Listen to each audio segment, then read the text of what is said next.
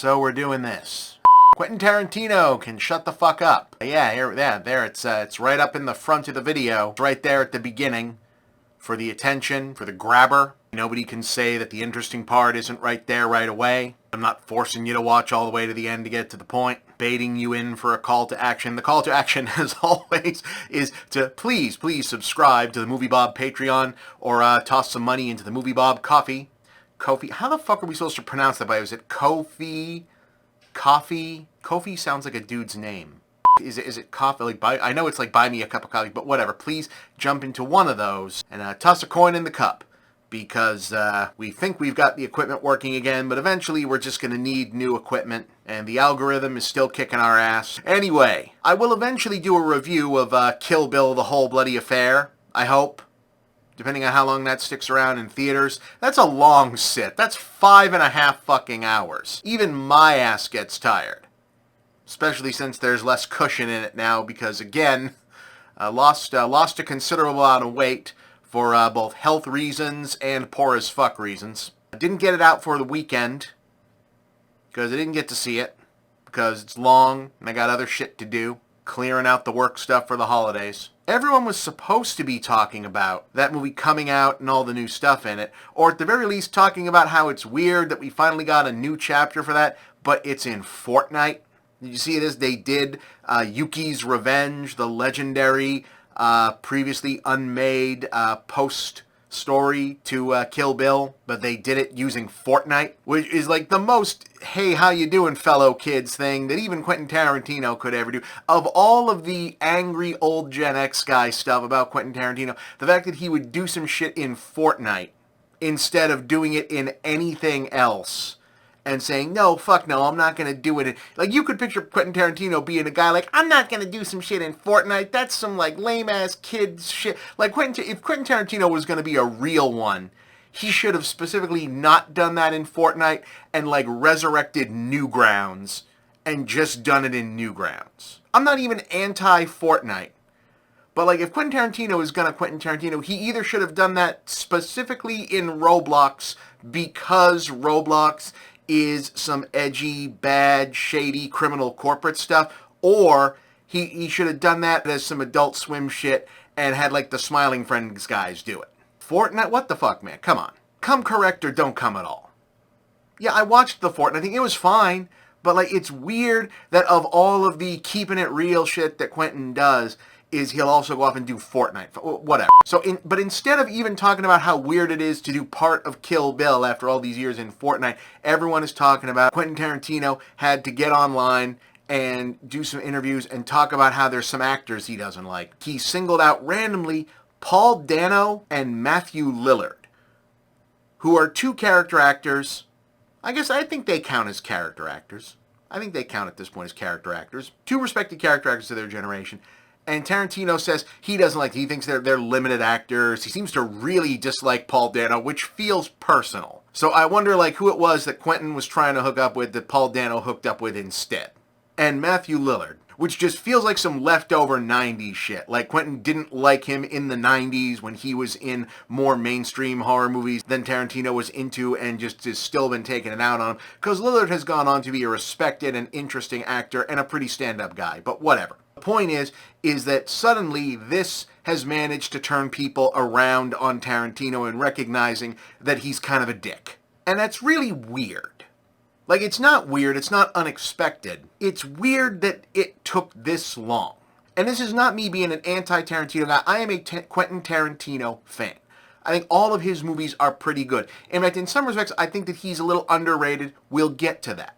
What I mean is, it's weird that it took this long for, if you believe that canceling people is a thing, I don't use that kind of terminology. If we're going to use the, are people canceling Quentin Tarantino conversation, the point at which that would have happened, you would think might have happened like a while ago, because there has been like creepy asshole stuff going on about Quentin Tarantino for as long as he's been Quentin Tarantino. Like, from the jump. Okay? And this isn't me being judgmental. This is just like speaking facts of press and publicity and just general knowledge about a guy who's always had himself out there and had himself out there as, hey, I'm kind of a prick, it's my thing. He's always been a dude who's been creepy about women, has had dumb shit to say about racism and whether or not there should be like racist dialogue in his movies, whether or not it's cool for him to do the N-word in movies, whether or not it's cool for him to tackle race relations in his movies. Like, one of the big things back in the day in the young 90s filmmakers on the scene controversies was him and Spike Lee getting into it in the press about whether or not it was cool for him to be having so much, racist back and forth dialogue in his movies. And Spike saying, hey, maybe not so cool for a white dude to have this much of that shit in his movies. And Quentin saying, well, I can say it because I've got, black actors saying it. I'm paraphrasing. But like, if you were a movie fan in the 90s, that was a huge, huge conversation that Quentin was at the center of. We've known it's come to light since more prominently that when you see actresses in Quentin Tarantino movies getting like smacked around in close-up, stunt fighting go rough for them, or maybe getting choked out or getting in weird close-ups, that's usually Quentin's hands doing the stuff. And whether or not that's cool, whether there's something weird going on here, everybody knows that he's got his foot thing in movies all the time. He wrote himself as an actor into that whole scene with Salma Hayek in From Dusk Till Dawn. That's not even a movie he's directing, but his buddy did. We know about the stunt gone wrong with Uma Thurman that he kind of pushed her into with Kill Bill, that estranged them from one another even though they made that movie together. I guess they've maybe patched things up now, but who knows what's going on between them personally. I'm not going to make judgments about where Uma's at, but that was pretty hardcore stuff. And then there's everything about his relationship with Harvey Weinstein and how much he knew, what did he know, when did he know it? And now, not to do too much of a digression, but look, speaking about the Weinsteins and what did people know, when did they know it, not just filmmakers, other people in the industry, but also people in the movie press. As someone who was coming up as a young film writer and would-be filmmaker, coming through in that early era when people like Tarantino were blowing up and the Weinsteins were having their meteoric rise as Oscar producers, everybody acted like nobody knew how bad the Weinsteins were, but like, people knew. Because people always knew what sleazebag producer who's too handsy with young actresses meant for the entire history of Hollywood, and they just kind of treated it as acceptable up to a certain vague point of visibility until like a couple years ago for a couple months, and then everybody panicked so much that a handful of those guys actually got in real trouble that the whole culture now has to have this backlash aneurysm about it, but people knew. Because let me tell you, in the 90s, every couple months, an actress nobody ever heard of would suddenly be the new it girl because she was in some upcoming Miramax bullshit. And the funny inside joke with film press and hangers-on in the entertainment biz would be, haha, I guess Harvey has a new favorite girl. And like, do you think people didn't understand what new favorite girl actually implied?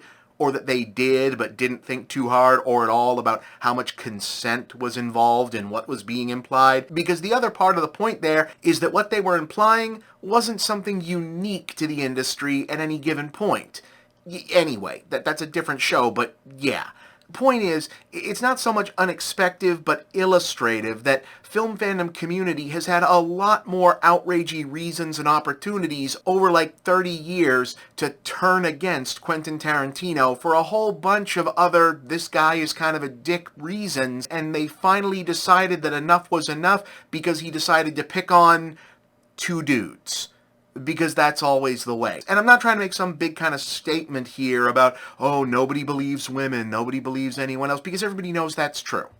Everybody knows that's the case. This shouldn't be a surprise to anyone that you can fuck over and be a dick about everything else, but then suddenly you are kind of mildly an asshole about two guys and suddenly it's the end of the world. Because I'm guilty of it too. I just said that everyone has basically understood Quentin Tarantino. Yeah, guy's kind of an asshole. For decades, and even I recognized in myself, this is why this is an episode, this is why I'm devoting a whole big picture to talking about this. This is basically saying, oh yeah, I'm guilty too. Because I recognized, yeah, why does this jump out and bug me when I already knew that this guy, like, why is this an unusual example of this guy being a dick? We expect, movie directors and many other types of artists to get old and grumpy and reactionary, which is basically what's happened to Quentin Tarantino. Like I said, dude's got shitty politics. Dude's got shitty opinions about stuff. It's kind of always been a thing. We expect that. And we expect that women in the entertainment industry, women in industries in general, but women in the entertainment industry certainly, to get shit on.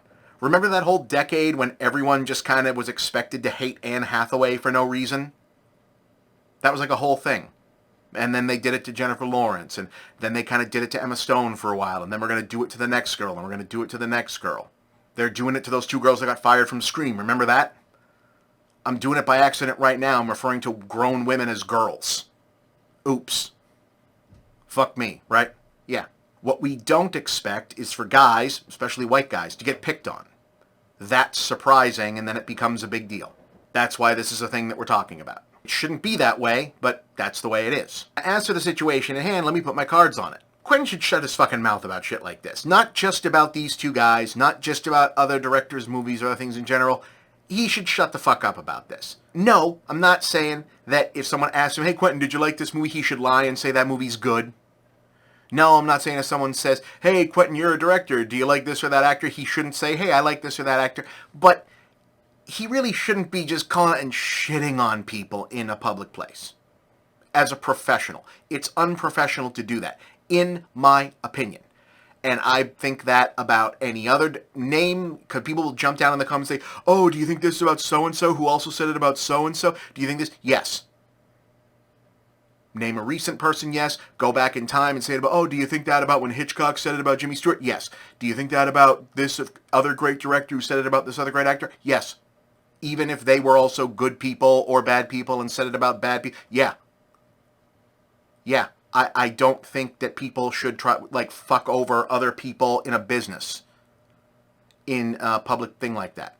Now, it's one thing if you're like a lower person on the professional pole and you're talking about like higher up people. I mean, like, if you do that, you're probably kind of dumb because you might be fucking yourself out of a job. Unless you're doing it for reasons that aren't just whether or not it's a talent thing. Like if you're saying it about someone who's like, oh, actually, that guy's an asshole. That guy has shitty politics. That should be called out. That's a different thing. But the fact of this is, Quentin Tarantino is a director who can make whatever he wants, whenever he wants. He can employ any actor he wants pretty much by asking. He can get his stuff made. He's basically made it. He could retire, never make another movie again, and be just fine. He's all set.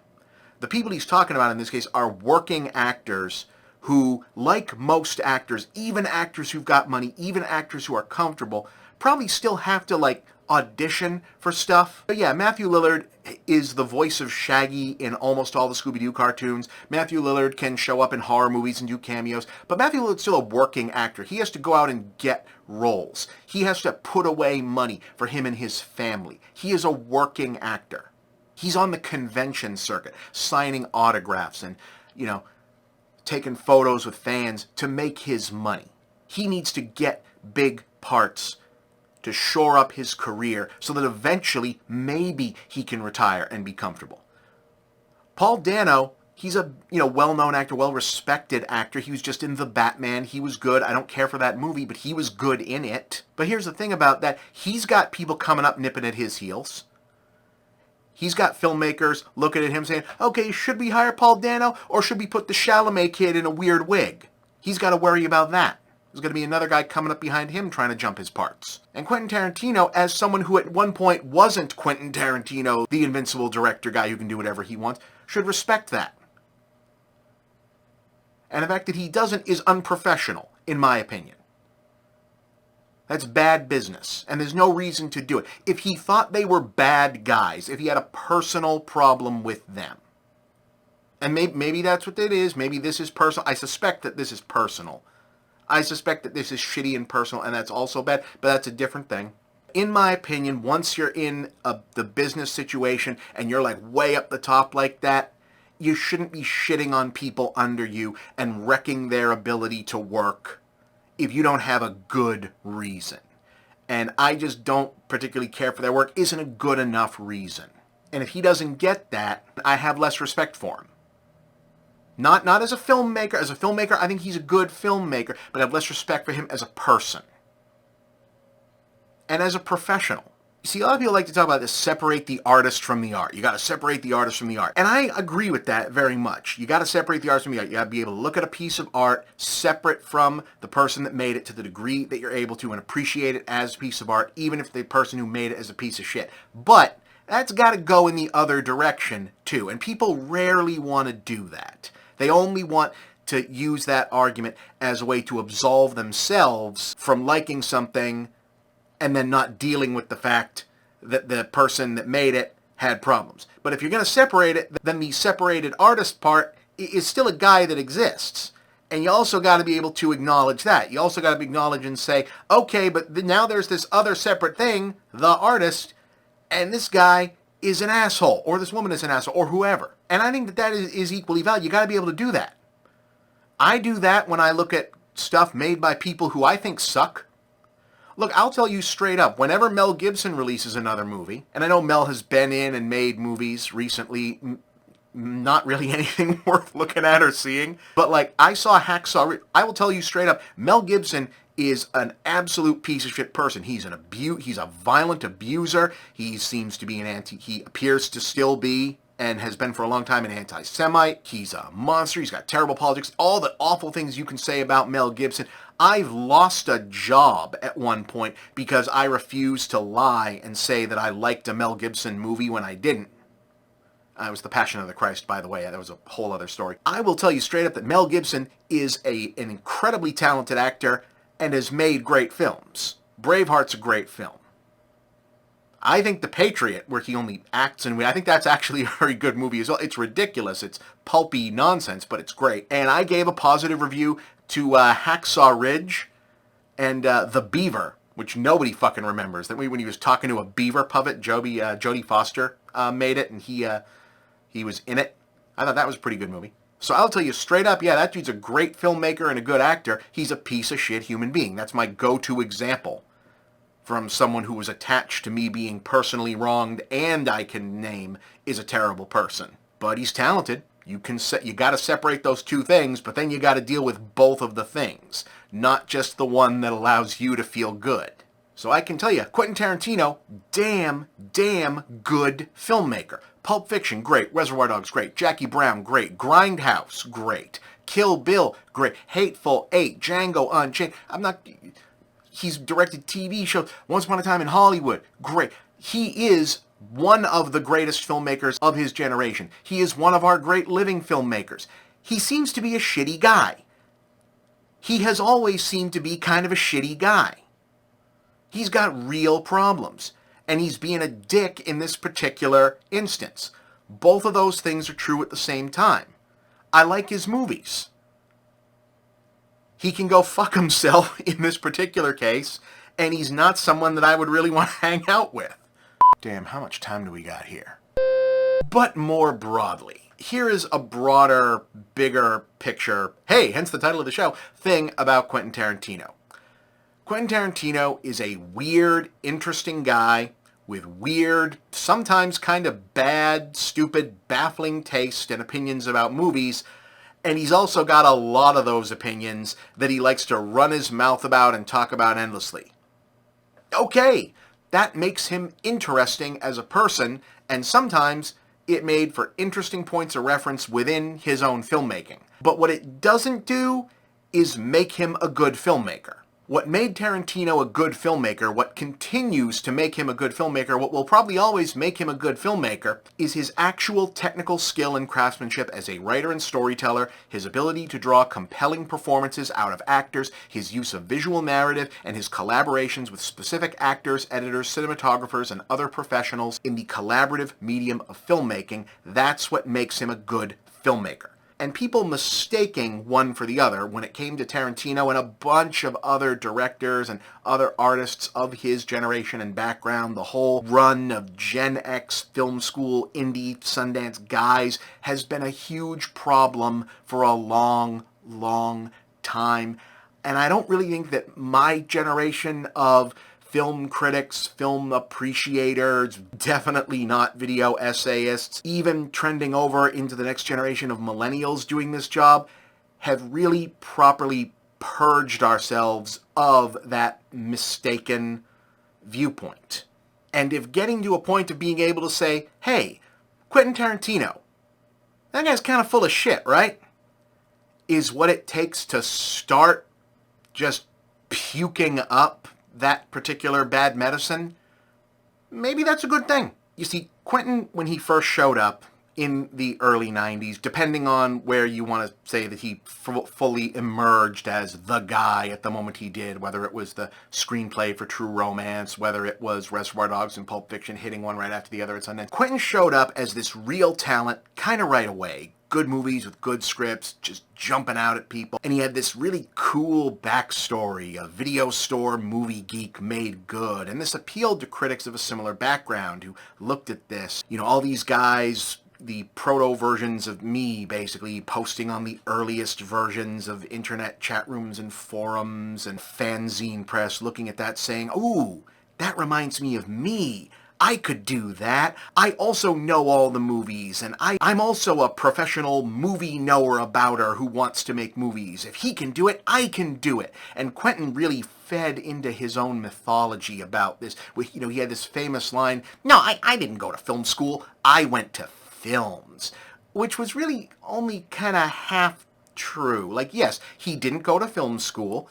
He worked in a lot of video stores, he worked in movie theaters, but he also, like, didn't just jump directly from that to submitting screenplays and then getting hired to be a film director. He worked in theater companies, like live theater companies. He did some acting. He worked as a production assistant. He worked behind the scenes of movies. Like, he did go through going up through the ranks of technical filmmaking, learned under other producers, other PAs, other directors, tried to get a few films made and failed at it, tried raising money, didn't get to raise money before he made his breakout movies. He did not actually have I worked in a video store and wrote screenplays based on all of the movie knowledge that I have, combining all of these references to cool movies I liked, and boom, suddenly here's Pulp Fiction and Reservoir Dogs and True Romance. No, that's not how it happened. In some respects, he had kind of a more similar trajectory to someone like Steven Spielberg, who also forewent traditional film school, didn't get into the film school he wanted to because he didn't have the grades that it took, came from a more working class background than, frankly, a lot of his film school generation peers at the time. The Fabelmans movie is sort of a streamlined version of his backstory, and instead went into production assistant and background work in television, and then worked his way into directing that way. Actually dropped out of the college that he was working in to instead go and work in production. But people, especially at the time, really wanted to believe this mythology about Tarantino and a couple other guys, but mostly Tarantino, because when you look at other guys like Darren Aronofsky or Paul Thomas Anderson, who had a similar vibe but also had different entry points into the actual industry, it wasn't as clear-cut. People really zeroed in on Quentin's self-mythology as, I worked in video stores and I watched all kinds of cool, obscure movies, and then I squished all of those influences together, and that's where my movies came from. And people really wanted to believe that that was true because it's the version of film nerd into real director origin story that people, believe me, myself included at the time, as a guy who was in high school when these movies were coming out, desperately wanted to believe was the thing that could happen. That if you also loved schlocky drive-in movies and, you know, imported Hong Kong action movies, put all of the stuff that you loved into a movie and you too could be Quentin Tarantino, and it's just not true.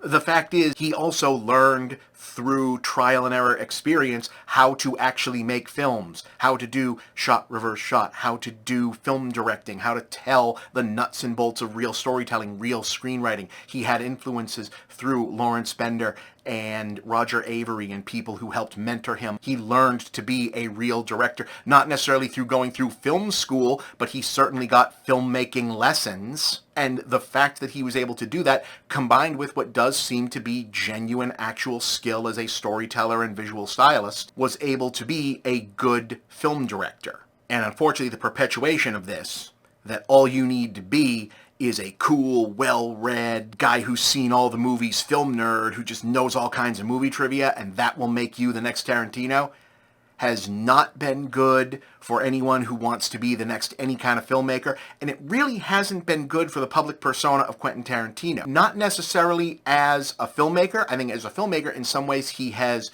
grown and matured, but like as a public persona, this man is stuck. And he has never really grown up. This is all of this, you know, talking shit about actors, how he conducts himself as a public person.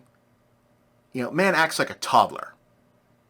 And if there's one thing that I'm just have no more patience for, especially now that this is everyone in our fucking government and the way that we're making public policy, is grown-ass men of my generation especially, or otherwise, who think that the way to show how tough you are is to still act like a fucking 13-year-old in your 40s, 50s, 60s, whatever. He needs to grow the fuck up. They all need to grow the fuck up.